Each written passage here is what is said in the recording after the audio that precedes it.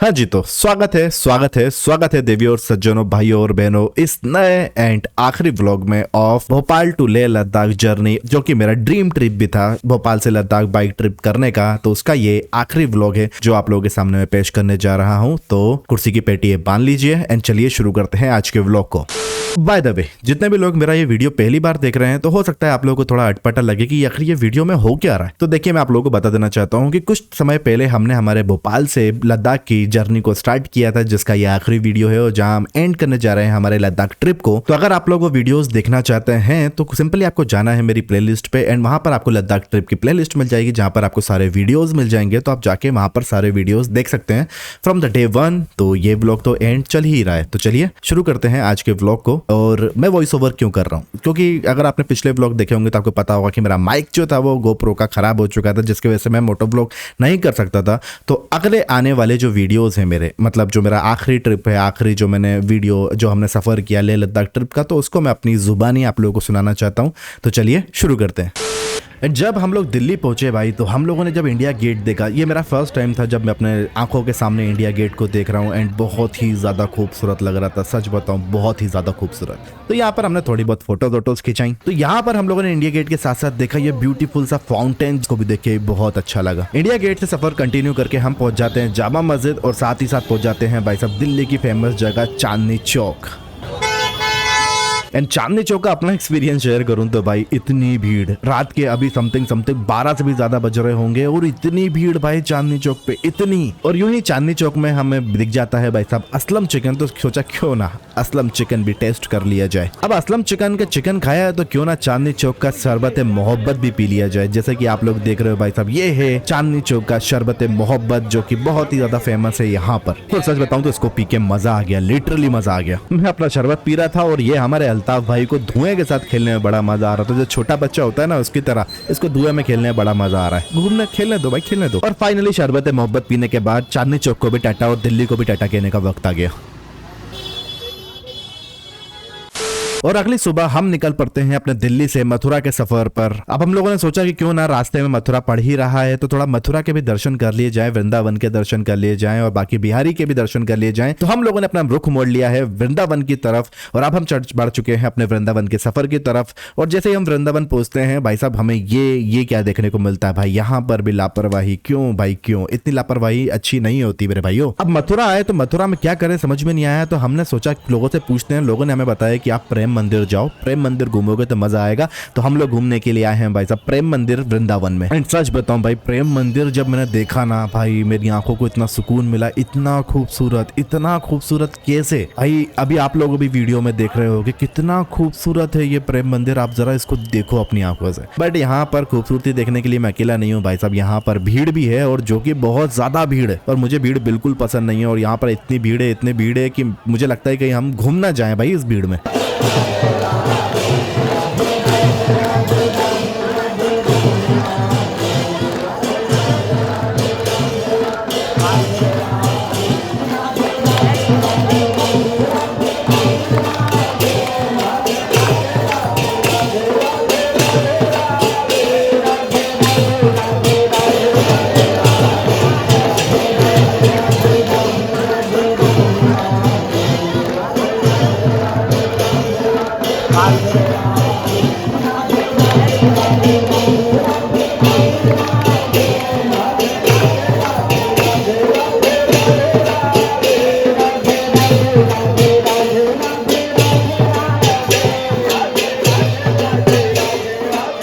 प्रेम मंदिर के दर्शन करने से पहले हमको दिखा ये म्यूजिकल फाउंटेन कहा जाए इसको, या फिर भाई साहब फाउंटेन प्रोजेक्टर कहा जाए। जैसा कि अभी आप लोगों को अपनी आंखों के सामने दिखाई दे रहा होगा भाई साहब, ये जो है ये फाउंटेन है, पानी चल रहा है और उसके ऊपर आपको पिक्चर्स दिखाई दे रही होंगी, वीडियोस दिखाई दे रहे होंगे। और ये है यहाँ का प्रोजेक्टर फाउंटेन, मतलब पानी पे हमको दृश्य दिखाई दे रहा है थ्रू प्रोजेक्टर, और जिसको देख के मुझे फिर से आया मजा आ गया। और उसके बाद हम लोगों ने एंजॉय किया हमारे फाउंटेन शो, जैसा कि जो अभी आप लोगों के सामने हो रहा है। एंड अलग अलग प्रकार की कलाकारियां इस फाउंटेन के थ्रू देख के तो मुझे और भी ज्यादा मजा आ गया। चलिए फाउंटेन का मजा ले लिया है, अब थोड़ा प्रेम मंदिर के अंदर का भी नजारा देख के मजे ले लिए जाएं। तो अब आगे जो प्रेम मंदिर के अंदर के जो भी दृश्य आएंगे वो आप लोगों के सामने मैं पेश करता हूँ सिनेमैटिक में, तो एंजॉय करिएगा।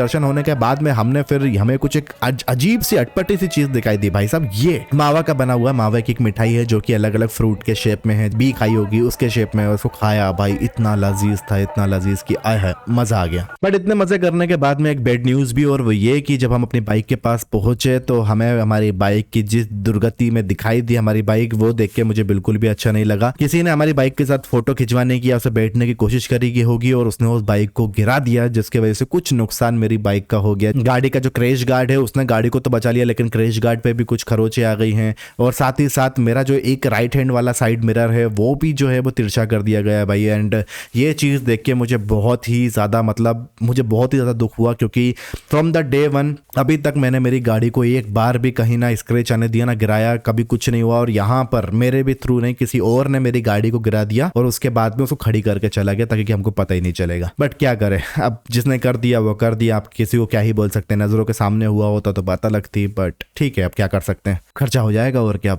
फिर हम लोग अपने सफर को वापस कंटिन्यू करते हैं। मथुरा से निकल के हम बढ़ लेते हैं अपने घर की तरफ, और इस बार हम लोग कहीं स्टॉप नहीं लेने वाले। हम लोग नॉन स्टॉप मथुरा से हमारे भोपाल के लिए जर्नी को स्टार्ट करने वाले हैं। बट एक और दिक्कत हो गई, और वो ये कि मेरा जो वाइजर है, वाइजर बहुत ज़्यादा गंदा हो चुका है, जिसकी वजह से मुझे अपना विजिबिलिटी बहुत ज़्यादा कम हो गई। तो मैंने सोचा रुक के क्यों ना अपने वाइजर को साफ कर लिया जाए, तो जैसा मैं वही कर रहा हूँ, अपने वाइजर को साफ, एंड देन वाइजर साफ होने के बाद में अपने सफर को वापस कंटिन्यू करेंगे।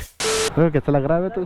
कैसा लग रहा है तू? गंजा गंजा था। फाइनली हम भोपाल पहुंचे तो भाई साहब हमारे दोस्त यार, हमारे चंदन भाई ने हमारे स्वागत के लिए वहां पर हमको दिखाई दिया, एंड उससे मिलकर बहुत ज्यादा खुशी हुई भाई, बहुत ज्यादा खुशी हुई। फिर लद्दाख से हमारे लौट के आने की ट्रिप में हमने दी भाई साहब यहाँ पर मैगी पार्टी, और सब लोगों ने मैगी मस्त एंजॉय करी। और रात का आप टाइम देख ही रहोगे कितना बज गया। हम लोग सुबह 12 बजे निकले थे, तो टोटल हमको मथुरा से यहाँ पहुंचने में रात के 12 बज गए। फिर अपनी पार्टी को खत्म करके हम बढ़ लिए अपने घर की तरफ, और फाइनली हम पहुंच गए हमारी सोसाइटी में, जहां पर मैं बहुत लेट हो चुका था। तो गार्ड साहब सो रहे थे, बट अच्छा नहीं लगा, लेकिन गार्ड साहब फिर उठ के आए, उन्होंने हमारा गेट खोला भाई, हमारे लिए गेट खोला, और हमें पहुंच गया फाइनली अपने घर पे। पूरे 1 महीने बाद मैं अपने घर को देख रहा हूँ भाई, पूरे 1 महीने बाद सुकून से मैं अपने घर को देख रहा था कि 1 महीने बाद फाइनली मैं अपने घर लौट के वापस आ गया हूँ। फिर मैंने पंकज को फोन लगाया, उसने आगे नीचे गेट खोला, और दोबारा घर में आके बहुत खुशी हुई भाई, बहुत। और जैसे ही मैं घर के अंदर पहुंचता हूँ भाई साहब, रोडी ने आके हमारा स्वागत किया भाई। 1 महीने बाद मैं रोडी से मिल रहा हूँ। ये है भाई, द जिन लोगों को नहीं पता रोडी कौन है, ये है रोडी जिसका मैं जिक्र कर करता था अपने व्लॉग्स में। तो भाई साहब इससे मिलके और उसको मुझसे मिलके बहुत ज्यादा खुशी हुई। 1 महीने बाद आप समझ सकते हो कि मुझे कितनी खुशी हो रही होगी अपने घर वापस आके। और मम्मी भी बाहर आ गई, मम्मी भी सो रही थी, लेकिन मेरे लिए वो भी बाहर आ गई, और मम्मी को भी दोबारा देख के बहुत अच्छा लग रहा था। मतलब मैं वो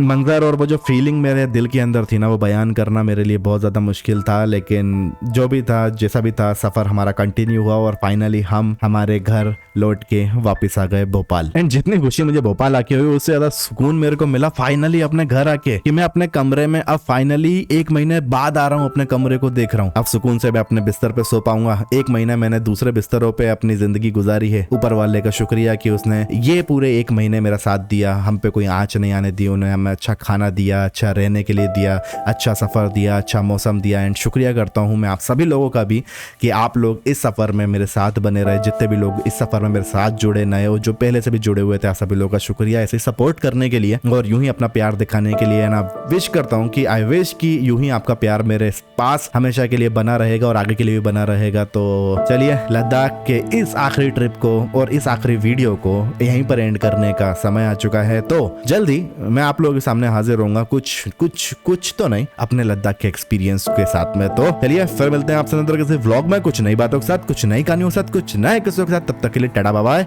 सी यू।